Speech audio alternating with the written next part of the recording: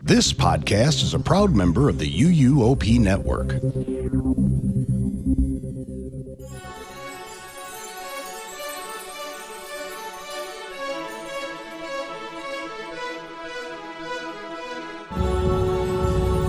This is episode 689 of the unofficial Universal Orlando podcast for November 18th, 2025.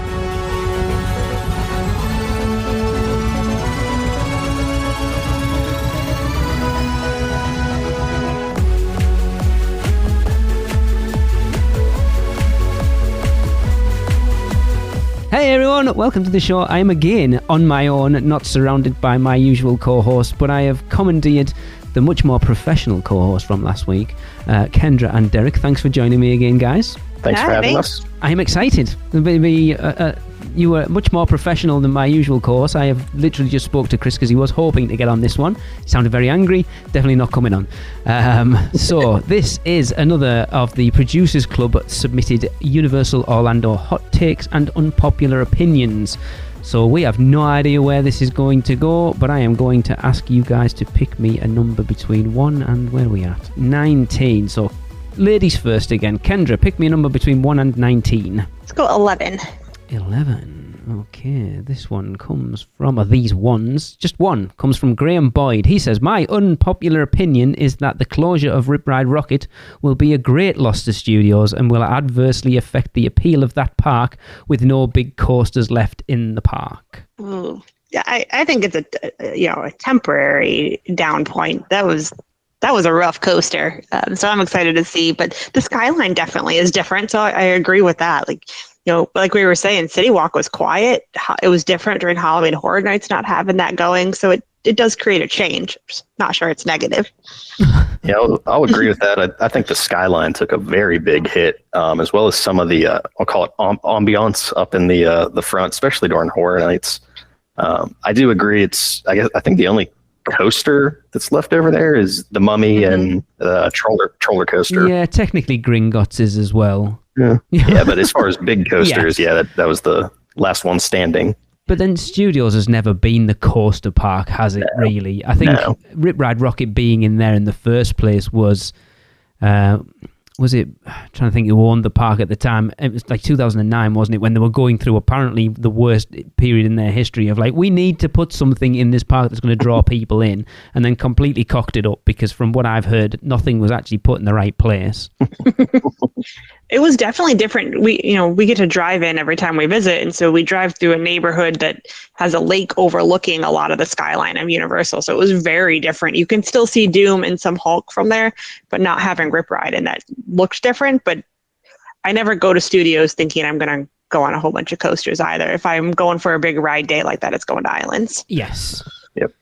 It's that weird one as well that, I mean, I loved it, but it was very much a love-hate coaster. You either loved it or you hated it and didn't ride it. Like, I tried for years to get Michelle on it, and she would not have it. And it was just that vertical lift hill that I think put a lot of people off, and the amount of times that it got stuck at the top, which we found out it didn't actually get stuck at the top, put a lot of people off. But I agree with you, Kendra. I think it is a temporary loss. Yeah, I'm hoping they take any coaster is going to fill in a little bit of the skyline there. So, I think they've taken that into consideration already. I would hope that it still fills in some of those gaps. Yeah, it might be my unpopular opinion about this unpopular opinion or topic, I guess.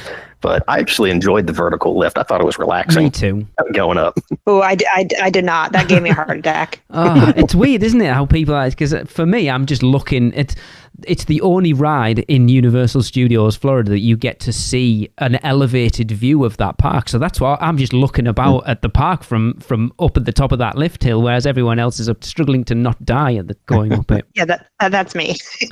But I like the fact that it's now not there because I must admit, I did hate how it affected the skyline. So if you're stood over by Men in Black looking kind of across the lagoon down New York where the entrance to Jimmy Fallon is, it looked awful from there. It really did. So that not being there, I hope whatever they put in isn't as it's going to sound like a really stupid statement, isn't as roller coastery as that was, if that makes sense. You know what I mean? It just looked like a Six Flags coaster. Yeah, I hope they'd maybe go with a more subtle color. Do like the Velocicoaster, like a deeper color or something that maybe fits in with the skyline a little more than that bright red.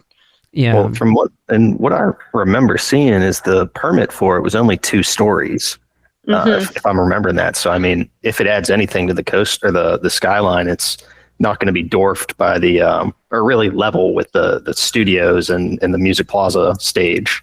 So I think wasn't that permit? I think that 2-story permit was for the load station. Yeah, I think it was just one of the like 2 or 3 buildings that were going in for it. So the coaster still could be pretty high. So it sounds like whatever it is, you're still going to load elevated like Rip Ride Rockit did.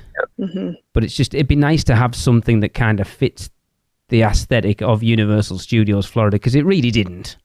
Like a music coaster, it was cool. Don't get me wrong. I love the fact that you got to pick your own music, but it didn't fit. Especially when they put it in there that we were still going through that whole ride the movies thing, and listen to some music while you're on. Apparently. Yeah, it was just it felt a little random for the park. It was. It's not a little random. Yeah, I'm not a huge Fast and Furious franchise fan, but I think that coaster would fit in well there. And if they did go with it with like what it's like in Hollywood, it looks like a really fun coaster. Although I do slightly worry about how nausea-inducing it might be. Yeah, the spinning could get me a little bit. So you talked about it on the last episode, Derek, about Guardians. How bad's that spinny-wise? Do you suffer from motion sickness at all? I don't, so it's never been a problem for me, but I just love the Guardians because it's controlled, so you kind of lean into the turns almost, so it just flows very smoothly. It's if you haven't done it, it's kind of hard to explain, but I love it. How is Guardians compared to something like Curse of the Werewolf? It's definitely a lot smoother, and you don't get whipped around the same way that you had the potential to on Curse of the Werewolf. Okay. Yeah, I loved Curse of the Werewolf, and I get very motion sick, but I absolutely loved Curse of the Werewolf. Me too. It's funny, isn't it? I was worried about it. I thought for sure that one would get me. So I'm hoping maybe the new coaster would be something. If it does spin, it's similar to that, or maybe like Guardians.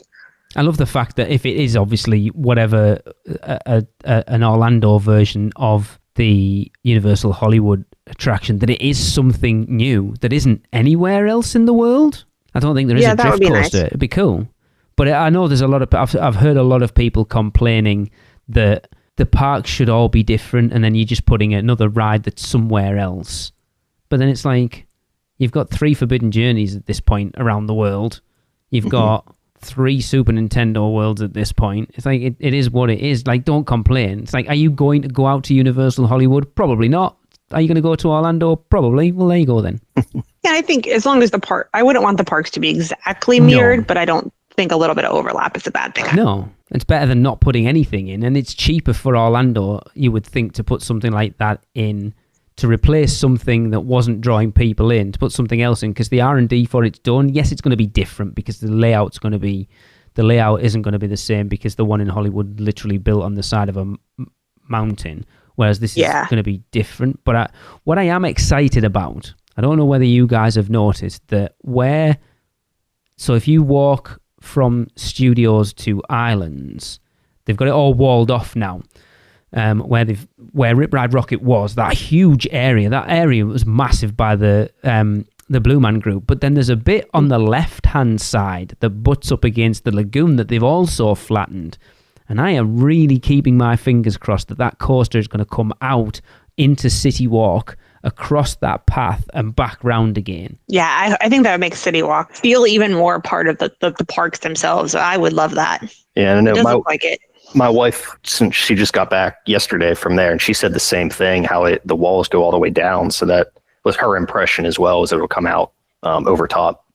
I hope so, because that's what Rip Ride Rockit was supposed to be. It was supposed to go out into City Walk and it was supposed to have a separate entrance, so that even when the park was closed, they could charge people, whatever, 10, 15, I think we talked about it on the tribute episode, to be able to have that ride still open when the park is closed, so people coming into City Walk would pay whatever it was to be able to ride that on a night, which would have been super cool, but never happened, obviously.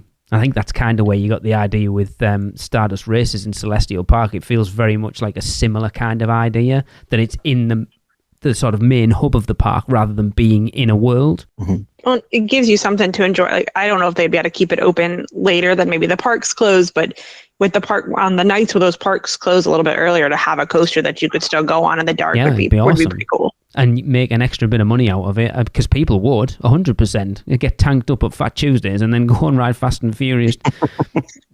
That would make for a very interesting coaster ride. I thought there was a plan to do that to Michelle to get her on the rocket at one point or I will call it out now. Crystal King was ready to put down some serious money to get Michelle on it, and she just wasn't having it. But Michelle was like, the only way you're going to get me on it is if I've got a few drinks in me, and it never happened, but yeah. Those Fat Tuesday drinks could do it, though. Oh, I'm sure. Derek, pick me a number between 1 and 19, excluding number 11. So I will go with number 6. Number 6. These ones, I will say, she sent 2 in from Jess Acker. So she says, number 1, I don't understand the... it's perfect timing for this one, by the way. I don't understand the appeal of Halloween Horror Nights. Don't get me wrong, I'm glad it exists. It is very successful for Universal and helps to keep Universal producing the parts of the parks I love, and it makes so many people happy. I love hearing the absolute joy in Michelle's voice when she talks about Horror Nights, but I hate jump scares and being scared. I'm also very easily scared, so that is a big part of it. I will never understand why this is enjoyable to people. I love the classic monsters, but in the very, very old movies that aren't really scary, or the made-over kid-friendly Halloween-type personalities. I mean, if you don't like jump scares, then I guess you wouldn't understand the appeal of Horror Nights. But then, I'm going to call out Tracy's co-host over at the Taste of Universal at this point, Kelly. Kelly is a jump scare fall down on the floor person. I wouldn't say she loves Horror Nights, but she's gone 3 years in a row now. I think I'm with Kelly on that. Like, so I passed out in a kid-friendly, like, small family-run corn maze one time. Wow. And then I punched a werewolf one time on a like kid-friendly hayride. So I am not a jump scare person normally. And last year was my first Horror Nights, and I enjoyed it far more than I thought I would. I still need a break in between houses sometimes, but I do enjoy it much more than I thought I would. My wife was in the similar boat. Like, she didn't grow up watching scary movies or horror, but now we go every year, and I think it's one of our most looked forward to trips that we do. And I know it's not for everybody, and that I think that's what was in the comment, but I mean, there are other events for people that don't like horror, i.e. Mardi Gras or the holidays. Yeah, I went last year thinking I'll just do the scare zones. I won't be as afraid, outside of the houses. And then like, okay, I'll try one, and ended up really enjoying it, and then kind of started easing my way into more and got a lot more into it than I really thought I would. But yeah, I can see if you were afraid of jump scares. Like, Jason, not my house. I can't do 13 jump scares in a row. I will die. I think that's the thing with Horror Nights, though, isn't it? Like, I know Kelly's like that, and I think I've told this story before. The first time she did Horror Nights, we were already in the park, a big group of us. We were outside, so this has been 2023, so we were out by the Fear Factor stage. We were going to go and do Dr. Oddfellow's, whatever that house was called, that year. She literally landed at the airport, dropped her bags at her hotel, got the bus to Universal Studios Florida, came into Horror Nights on her own, never having done anything like this before, really. She'd done like a couple of Six Flags ones. Had to walk through the entire park on her own to meet us at the back of the park. And then we did Dr. Oddfellows together. She was behind me. I was a to her as well, because I slowed down, and she hit me in the back at one point and said, "I hate you." And then she had literal tears coming out of her eyes when we came out. I give her major credit for walking through by herself, though, for her first time. Yeah, and then she's at that point where she doesn't necessarily like jump scares. She goes with her Seekender group. They're like a group of friends that met during the last Weekender that have become just the most amazing group of friends. And she goes more from peer pressure, I guess, from them. But she picks and chooses what she wants. And again, she'll do a couple of houses and then they'll have a break. So it's not like me, Tracy, Chris, and Michelle, where we'll literally just go from house to house to house to house to house because we don't really get scared. I mean, it's funny to see where Michelle's come from like the first. You brought it up on the last episode, Derek. Yeti Terror of the Yukon was the first house I ever did with Michelle, and she was stood behind me, and she like grabbed hold of my t-shirt and shouted at the first jump scare in that house. To now, she actually admitted this year, she's like, I don't know whether I'm losing my edge, but I didn't get scared this year. And I'm like, welcome to the club, Michelle. But I wonder, Jess, if you've done anything like this before, or whether it's just like people jumping out on you, like you don't like people going boo, or whether you've actually done an event like this to know that you don't like that type of thing, because the three of us have talked about here, you hear so many people who don't like things like that, but then go to Horror Nights and just fall in love with it. Yeah, I went out of peer pressure first. Like, I just felt like, yeah, everybody's like, you love Universal, but you're skipping an entire event. So I went, I was like, all right, I'll give it a shot. And I really did. It surprised me how much, but I do need those breaks. I went with we did express passes for the first time this year. Oh, no. I don't know if I could go back to not doing that, but yeah. 4 houses in a row. And I called, I was like, okay, I need a down moment there, because it was a big adrenaline rush. And I think something else that if you're not big into horror, but you're a fan of art or production value, the daytime tours are great. So, I mean, the fake blood and guts bodies, whatever, is still there, but no one's jumping out at you, and you can still see all the work and detailing that goes into all of this stuff too. That's a really good idea, point, actually. Yeah, it is, because we did the Unmasking the Horror tour back in 2019. I didn't get as much out of it as I hoped, but then they picked...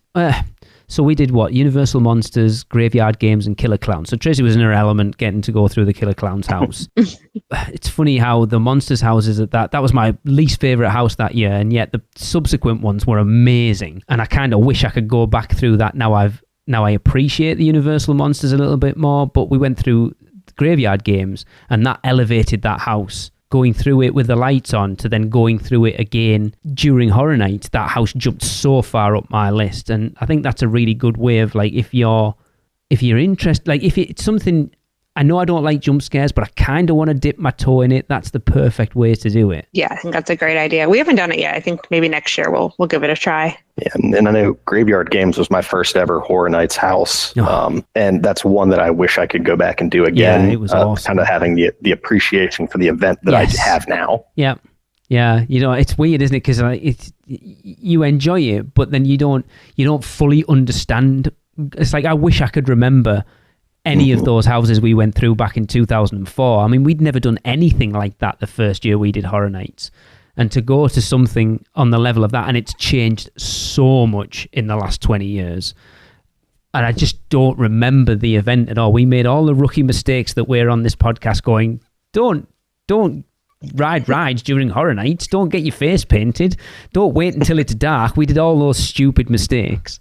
And now I wish I could go back and do that event again, knowing the event like I do now. But yeah, I'd be interested, Jess. Actually, get in touch. I'd be interested just to see if it is something like you've been to a haunt and you know you don't like it, or whether it's just the thought of it more than anything. UUOP is brought to you by the Producers Club. Join today and get bonus episodes, the chance to be a guest host, birthday shoutouts on air, be part of our awesome Facebook community, and more. Head over to uuop.supercast.com to subscribe. Shameless plug. And now we've defended Jess, I'm about to throw her to the wolves, because her second one is, sorry Jess, by the way, I don't understand the podcast's love for Port of Entry. I will say it's a good job Tracy's not here. Oh, I love Port of Entry. She says, I don't dislike Port of Entry, but I just see it as a randomly themed entry. I don't understand where I'm supposed to be or how it fits in with the park with lands based on literature. It's far superior to an unthemed entrance to the parks, but I don't appreciate like you all do on the podcast. I'd love to see what I am missing and see it as you all do, but I simply don't get it. Right, Jess. I am going to go into the Producers Club and I'm going to post the episodes. We did 2 episodes on Port of Entry. One with a friend of ours who works for a big themed entertainment company that we're not allowed to mention. He's a huge fan of Port of Entry, that episode. And then we also interviewed Adrian Gorton, who was the art director for Port of Entry. Maybe it's about time Tracy did an episode on Port of Entry as well, kind of talking about that. But I will let you guys go first. Yeah, so my thoughts on it are, I do love Port of Entry too. I think the theming is great, and the story, if you know it, it all makes sense. which I think is the case here. And I don't think it's ever really spelled out in words. So if you don't have that knowledge, I can kind of see that perspective. However, I think it is at least the last couple times that we've gone, it feels like it's missing something. And I think that something are the characters. Yes. That I haven't seen probably in the last couple years. And I know we had mentioned it on the last episode about the character interactions at Epic. And I think if they brought back those interactions up in Port of Entry, I think it would help out a lot. That's a really good point. Yeah. Yeah, I think Port of Entry prepares you for what you're going to enter into for the rest of the park. It is highly, highly themed. I can understand maybe if you don't have all the background. I like to dive into all the lore of the areas I'm going to go into. So the backstory there is probably one of my favorite things, and all the little hidden details they have.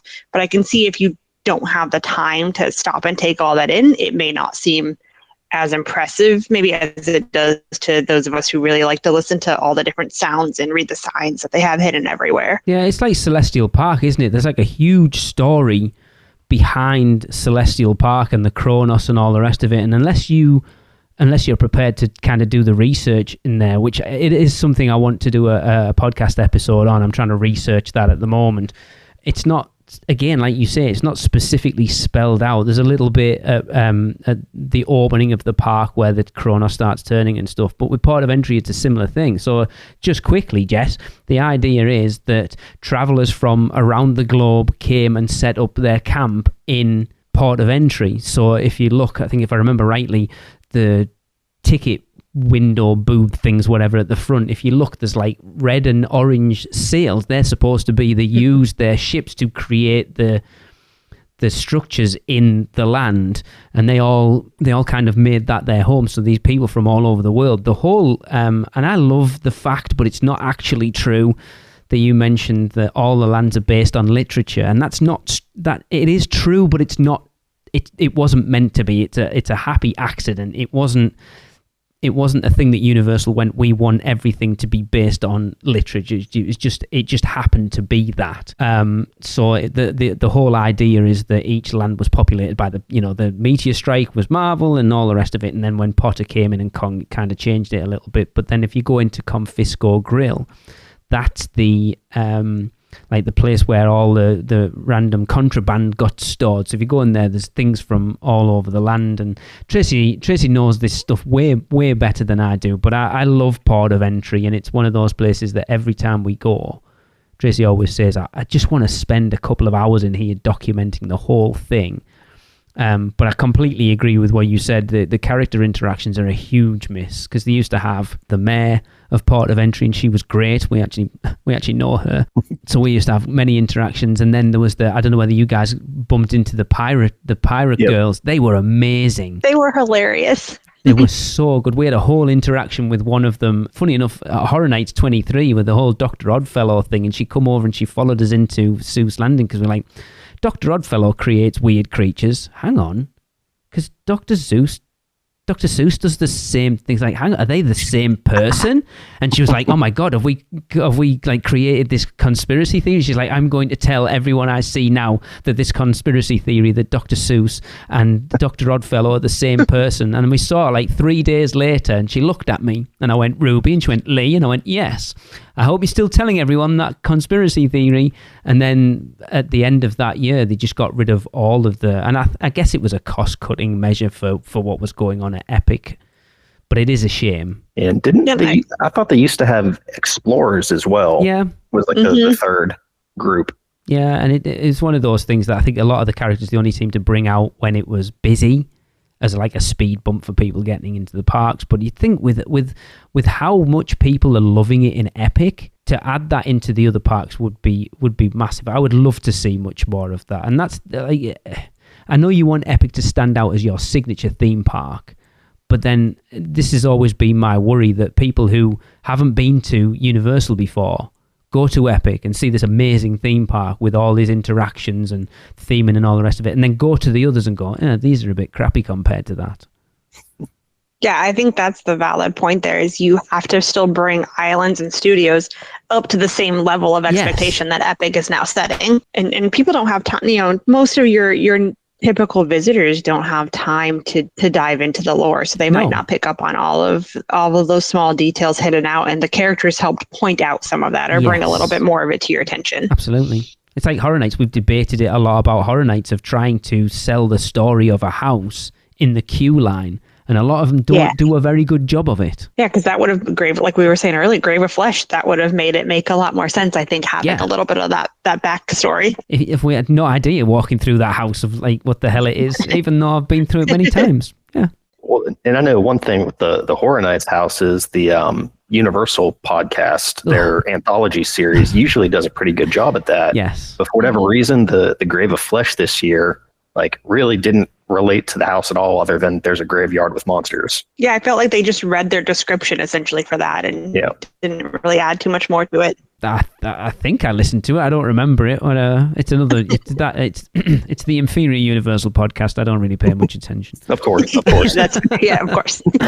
Back to you, Kendra. A number between 1 and 19, not 6 and not 11. Let's go with 13. There we go. Tracy's favourite number. So these are from Patrick Coffey. He says, such a fun idea. I can't wait for the episode. Here are a few I have. Number 1, of the 4 best rides at Universal... Oh, this is a hot take. Of the 4 best rides at Universal Orlando, none are at Epic Universe. That is controversial, because I would argue right now that Monsters Unchained is better than anything at Studios or Islands. Yeah, maybe this is my hot take. I will say Hiccups is number 1 for me. I loved Mediterranean Monsters, but Hiccups beat that for me. So yeah, I think I might disagree with the statement. So does he list out what his top 4 are? Yeah. He does not. I'd be curious. Patrick, you need to, I'm going to put a post up when this episode comes out and invite these people to defend their hot take unpopular opinions. He does not, but that's interesting because for me, I love Velocicoaster. It's up there 100%. I know I had Minion Blast as my number 1. I think I said it would have been had we, no, not anymore. Stardust Races is amazing. I know we did that 2 or 3 times, and the first time we rode Stardust was during the day with only 1 car running, and I kind of walked off it thinking, oh, Velocicoaster is way better than this. And then the second time we did it was at night with both cars running, and that second half when you're twisting around each other is outstanding. It really is. Yeah, I need to give Stardust another chance. We only rode it once, and it broke down. So I love coasters, but it takes a lot of nerve for me to get up to getting on them. Really? So I was already nervous, and then it broke down right before the first launch. So we sat there for like 10 minutes before it took off again. So I think I was just so panicked, I blacked out through most of the coaster. So I will need to give it another shot. Got to do it at night. That's something else. That's what I keep hearing. We did it at night with Chris and Alexa, but we did front row. And after we got off it, Chris was like, yeah, that wasn't the best decision because front row on that ride, you miss all those interactions between the 2 vehicles because you can't see it.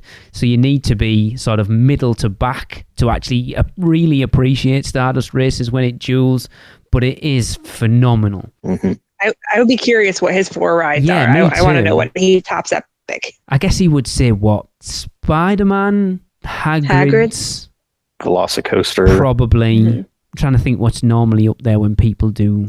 I think the Mummy's up there. Yeah, I'd say Mummy, especially for those who maybe are more nostalgic for the parks. I think Mummy is pretty top. But to say the 4 best rides are all at the other park is interesting. Like Battle at the Ministry didn't do it for me. It's kind of wonky. The facial projections on the animatronics are terrible. The ones at the end were the worst. They were the worst part. They really are. Yeah, they're all like I get like it's funny as well because if you look at the Victoria Frankenstein animatronic, it's so good. In that pre-show with the projected face on it is so good. I don't understand why the Potter ones look so bad. I do think the Death Eaters towards the middle, I think those are outstanding. Yes. Yeah, that was the best. Yes. I couldn't tell if that was a person or an animatronic. Yeah, same. I turned to Tracy the first time we rode that and went, hell, there's actors on this. And then went, oh no, that's an animatronic. Wow. Mm-hmm. But then they have the 3 of them at the end, like I think standing on like the courtroom area. They looked horrible. Yeah, at the trial, they looked horrible. They really look bad. And that's your signature ride in the park, let's be honest. That's the one they were probably anchoring a lot of things on. But also the only ride you have in that land. I know people who worked on these things, so I need to be careful what I say right now. But surely someone had to stand, like they had to ride that ride a number of times. And surely someone looked at those animatronics and went, guys, they look bad. And there were parts of it that were, I'm probably one of the fewer people I feel like at this point that really enjoyed Fantastic Beasts. So I did enjoy a lot of the aspects they built into that ride for it. But there were parts that were a little bit more of a letdown for, I think I just built it up too much in my head before going on it too. I think I'm exactly there with you, Kendra. I think I was expecting Universal's answer, and I haven't ridden Rise of the Resistance, but I've watched many, many, many ride-throughs, and I was expecting something on that level, and it really isn't. Yeah, no, it isn't. I've done Rise of the Resistance only once, but yeah, I think I was expecting the same thing, like to full immersion, and I didn't quite get that from Ministry. The queue is amazing. That's yes. Still my favorite part. I would never argue that it's probably the best queue on property. Oh, hands down. Monsters is a close second, though. It's really good.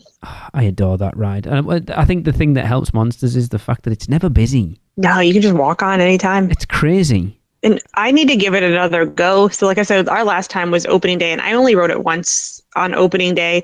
And all 3 times I've been on that, not all of the animatronics were working. So I've never been on it like at 100% full functionality. So I'm curious to go on it after that with one of those rides. I think the only animatronic on Monsters that I haven't seen move is the first werewolf. Really? Or first wolfman. Wow. Yeah, the one that's eating, like chewing on the, he's chewing on the guy. Yeah. Mm-hmm. Those animatronics are amazing. I think Tracy and I, we've probably ridden it like a dozen times now, and I think we've only ridden it maybe 2 or 3 where everything's been working. When we went back in October, there was quite a lot down. We rode it with Chris and Alexa, and Chris was like, we've never seen the Mummy working before. And I'm like, and then we rode it again and it was down. I was like, that's the first time I've seen it not working. Yeah, Dracula wasn't working when I rode it either, and I think that really takes away from it because that was obviously a pretty key focus of the ride. The first one. Yeah, the first one. Yeah. I am very interested, Patrick, for you to tell us what your 4 favourite attractions are that don't include anything from Epic. But anyway, moving on. His number 2. Helios Grand is not one of the best hotels on property. Being pretty much inside of Epic is an amazing feature, but if we're judging just the hotel, I would put it below all the other premieres and Sapphire Falls. I haven't been into Helios yet, but from like the videos I've seen, yeah, I would still probably put Sapphire above it for me personally, but that might just be more of a nostalgic tie to the hotel as well. Yeah, and I have stayed in Helios. You are the 1%er on this show. Michelle, your replacement is here. So I was going to joke and say I'm not quite there, but I might be a 2%er. I'll agree with that. But no, we did stay, and what you're paying for is the location and the access more than anything. I mean, the views are outstanding, especially at night from the Bar Helios up on top. It's wonderful views, and I think my wife just wanted to stay up there and watch. Yeah, I don't know whether that's a hot take. I would tend to agree. It is a pretty hotel. It's the backdrop to Epic Universe that it gives it serves its purpose, but the hotel itself is beautiful, but it is a little underwhelming. Like, I agree with you, Kendra. Sapphire Falls is mine and Tracy's favourite. Actually, Stella Nova is really high up on our list after staying there in May. I really like Stella Nova. We did the grand opening for Terra Luna just kind of on a whim. And so that one now I think has my heart, and maybe it's just because we got to be there for all the festivities involved in it. But yeah, those are beautiful hotels too. Terra Luna I was a bit disappointed with. Michelle was staying there and we went over to visit her. And even though the virtually carbon copies of each other just felt sterile to us, Terra Luna. But again, like you, it could be that's the hotel that we stayed in during the media event. So like the first media event Tracy and I ever got to go to, the opening of the brand new park. There could be a little bit of that to play in there, but Helios is expensive. Like you look at now, when you look at the prices of it now, plus we went to Bar Helios with friends of ours when we were in October, and Tracy bought the most expensive bottle of Sprite she has ever bought in her entire life because John paid for it, and Tracy's like, oh, let me know how much I owe you. And he's like, it was $13 for a bottle of Sprite? What? Yeah, we're close, so I don't stay at hotels too often, but every now and then we'll do a little staycation, and Helios even with its location, it's hard to justify the price Yes. compared to like a Sapphire Falls. Yeah. Yeah, and the Sapphire is my number one hotel It's as well. stunning. So I think as far as the hot take goes, I mean, I don't know how unpopular that is, but I think where they had them listed is probably a pretty accurate statement if you take away the location. And that's it. It's purely that if you're staying at Epic, just being able to be able to walk into the park is amazing. I mean, apparently someone's just posted in the Producers Club today, actually, the day we're recording this, that they went to Flora Taverna for breakfast, and apparently it's absolutely stunning for breakfast. Yeah, I've heard the food's really good. Yeah. Very, very expensive, apparently. Yeah, that's why we haven't gone to Helios yet. I would break the bank at just the bar there. Well, I nearly fell over when I found out how much that Sprite was. I was on water. There's no way, and that cost me. I was going to say that cost me $10. It didn't. It was free. But it's like, it's banking on the fact of where it is, because I agree. It doesn't, like, I don't like Portofino Bay, but especially the pool area in Helios felt very much Portofino Bay. Mm-hmm. Royal Pacific is one we used to love and kind of gone off a little bit, but Sapphire Falls hits that perfect. If Sapphire Falls had Express Pass like the others do, it would be 100% the best hotel on property. Oh, hey, I would stay there every time. Yeah. You know, and even for location, we stayed at Terra Luna for a grand opening, and I know everybody says there's not an official walking path from there, but it took us 10 minutes to walk from Terra Luna That's over not bad. to Epic. And so my husband and I are definitely we would prefer the walking paths over a shuttle anytime. So Yeah. I would still rather take that for, $150, $200 compared to Helios. Yeah, it's like we really like Dockside and Surfside. And I would Mm-hmm. never be disappointed, because those, from sort of Aventura upwards, those hotels have got a lot more expensive than they were 3 or 4 years ago. Oh, yeah. But it would feel like Dockside and Surfside with a booby prize, like, because we can't afford to stay at them, which it kind of is, but they don't feel like that. No. Yeah, I think it's lacking something. I don't mind them, but if it's the difference between me being able to stay on property and not stay on property, I'm quite happily stay there. Oh yeah, for sure. I took my parents there and they loved it. That was their favorite. So I think the beachy feel kind of felt maybe more to what I'm used to seeing. So it didn't feel as vacation-y, but I think coming from other areas, I could see that being exciting too. Yeah, we've gone from being iDrive hotel people to suddenly, we stay on site all the time now. But having a Terra Luna and a Stella Nova and a Dockside and a Surfside allow you to do that, because they're not that much more expensive than staying at a crappy iDrive hotel with all the benefits of early park entry and shuttle buses and all the rest of it. Yeah, the iDrive hotels have gone up in cost drastically over the last year or so. I wish to go to South Korea.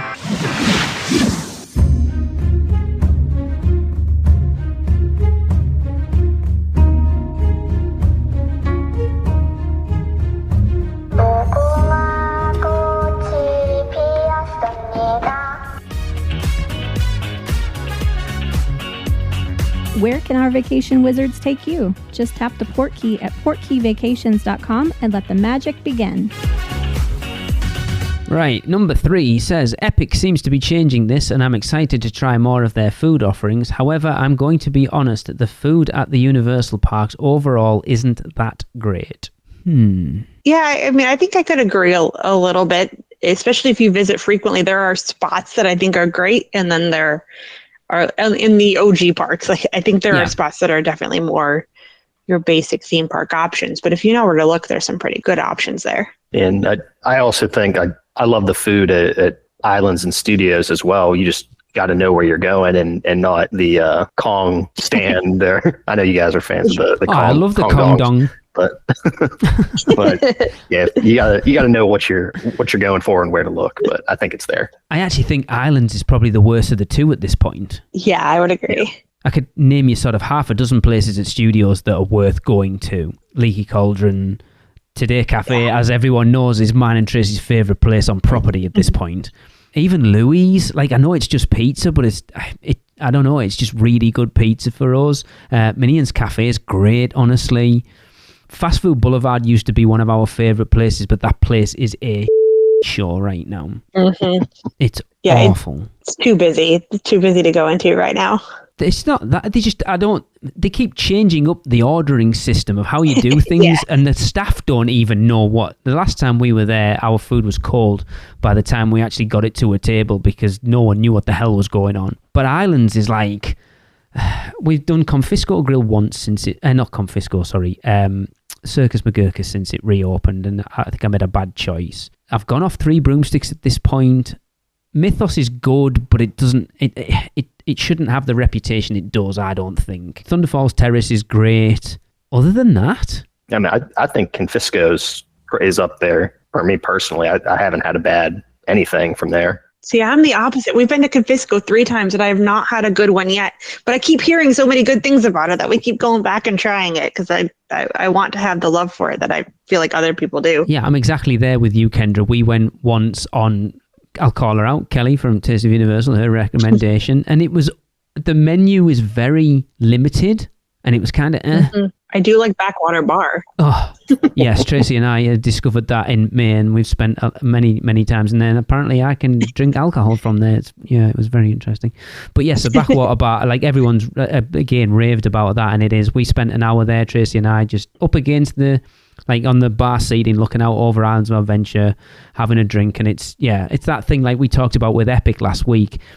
Going to Islands and Studios as much as we do, you can take that time to just chill out and enjoy those random little spots of just sitting for an hour and enjoying a drink and enjoying being in the park. I think if we eat at Islands, it's typically, I do love Croissant Moon and then probably Thunder Falls Terrace. Yes. But other than that, we typically eat at Studios. Yeah, Islands isn't great anymore. But we looked at the menu in Comic Strip Cafe and it looked great. We didn't try any of it, but the menu looked good. But I know Seth's been, like he's talked about it before, not being great. Mm-hmm. Yeah, but I know the Lost Continent's going away, but Fire Eaters has been a go-to for us for years. Yes, Doxa Grooves is great as well, actually. And Doxa Grooves, yep. Yeah, that's true. Yeah, but it really could do with some love. I'll agree with Island Studios is not too, but then also look, City Walk is a 5 to 10 minute walk from any point in any of those parks, and City Walk's great. Again, like we talked about with Epic, it can be hit and miss, but for the most part, it's generally good. It's expensive. Like we went to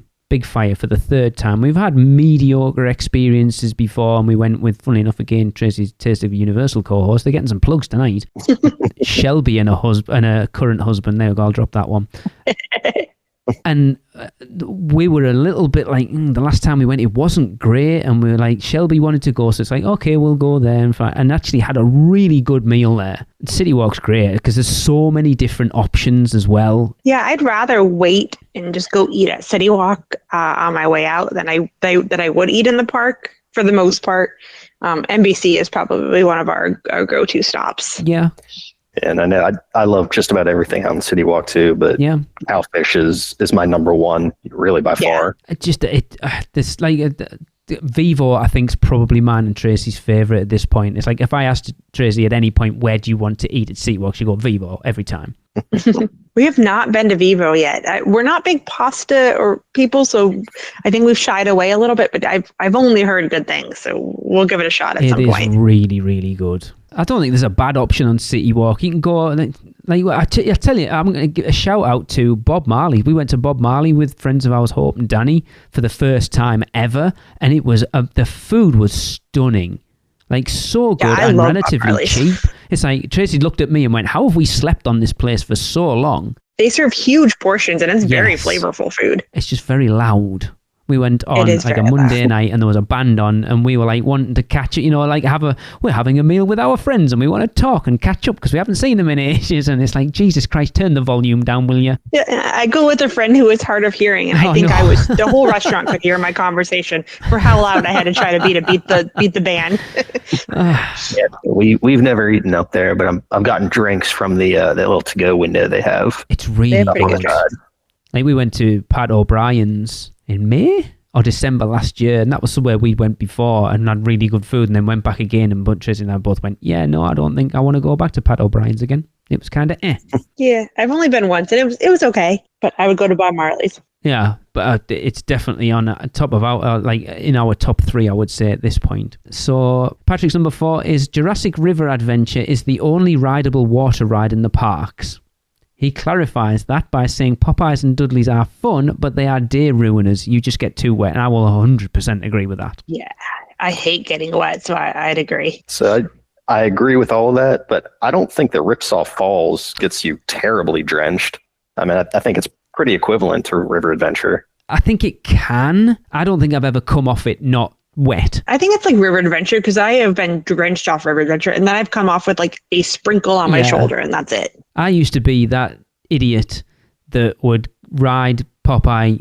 So Tracy and I would do, she's never liked being wet. So whenever we do water rides, she's like, I need to take a backpack in with me, towel, change of clothes. We ride the water rides. I get dried and changed and I'm good for the rest of the day. I'm the idiot that wants to walk around the park drenched from head to foot with everyone going, oh my God, look at how wet he is. That used to be me. Not anymore. Like I couldn't even tell you the last time I rode Popeyes. It's been a long time. It's been a couple years for me too. Yeah, me too. I will say River Adventure, that is a hot ride during the summer though. You may get wet at the end, but that first bit is you get baked for a while. It's going to be really interesting to see what they do when it goes down next year. Yeah. I'm curious what if they just revamp a little bit or if they switch it up. Patrick's final one. I don't know whether I like this one because it's a ride I like a lot.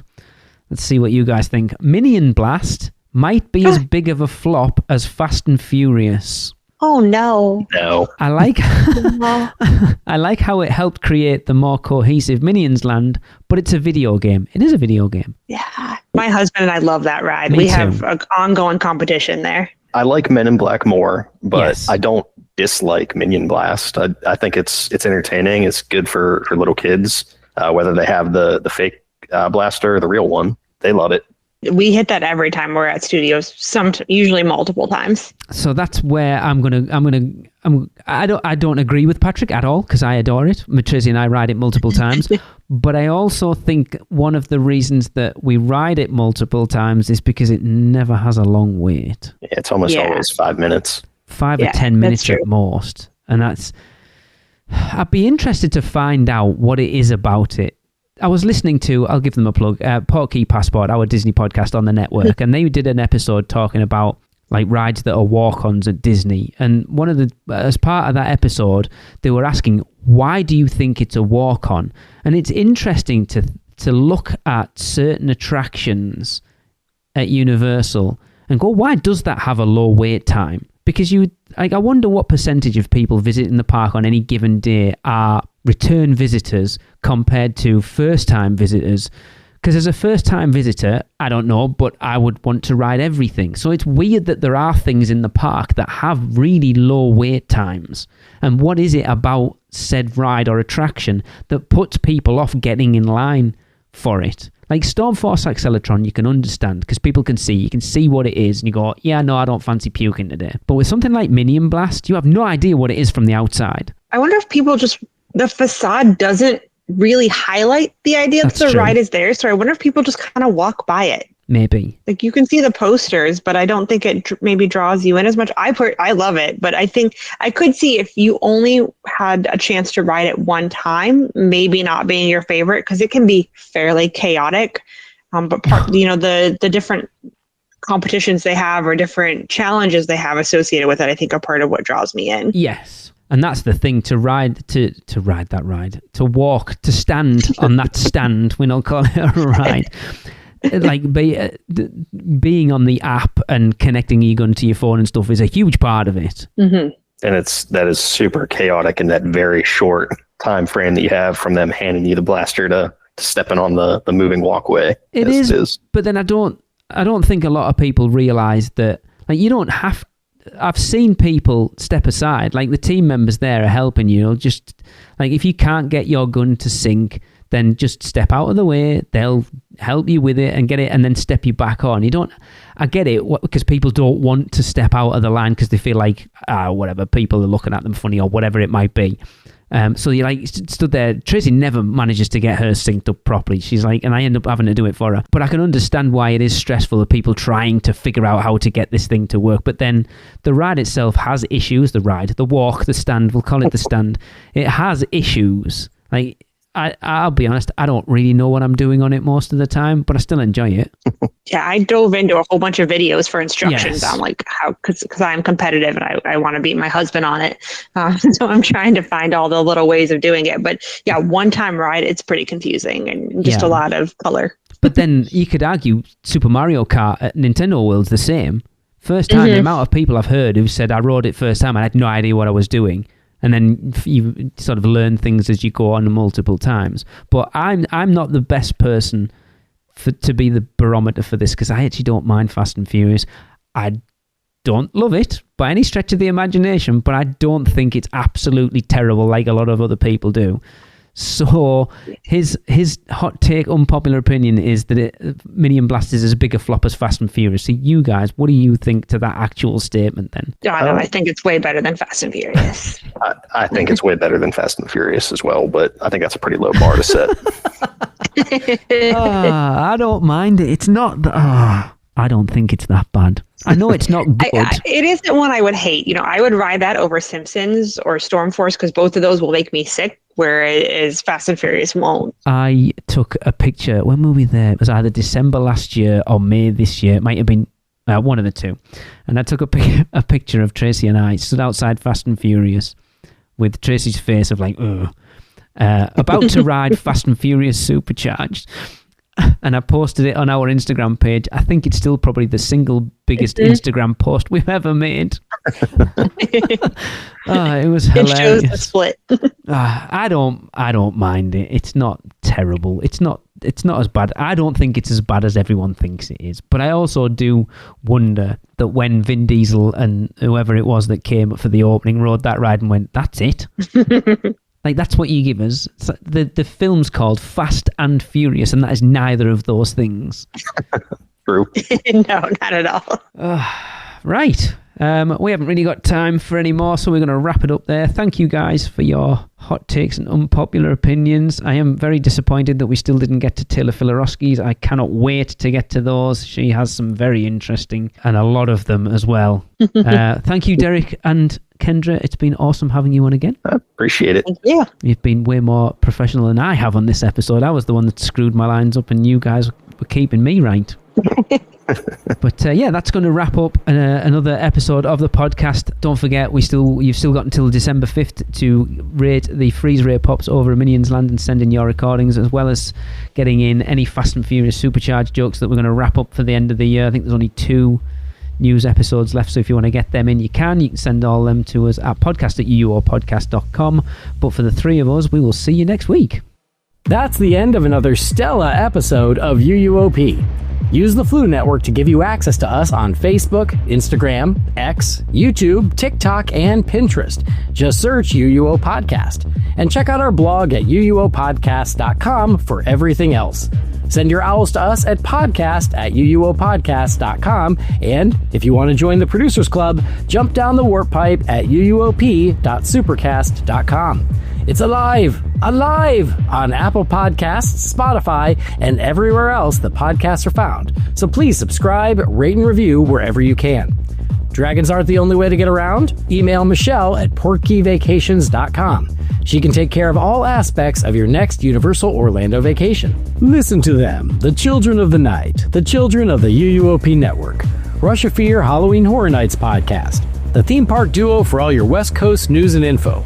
The Taste of Universal Orlando Food Podcast, Portkey Passport, an adult-centric Disney podcast, the unofficial Universal Great Britain podcast, and Big Dumb Stuff, our comedy, pop culture, and themed entertainment podcast. Make sure to subscribe and come back next week, because in the end, it turns out all we needed was a little more of this.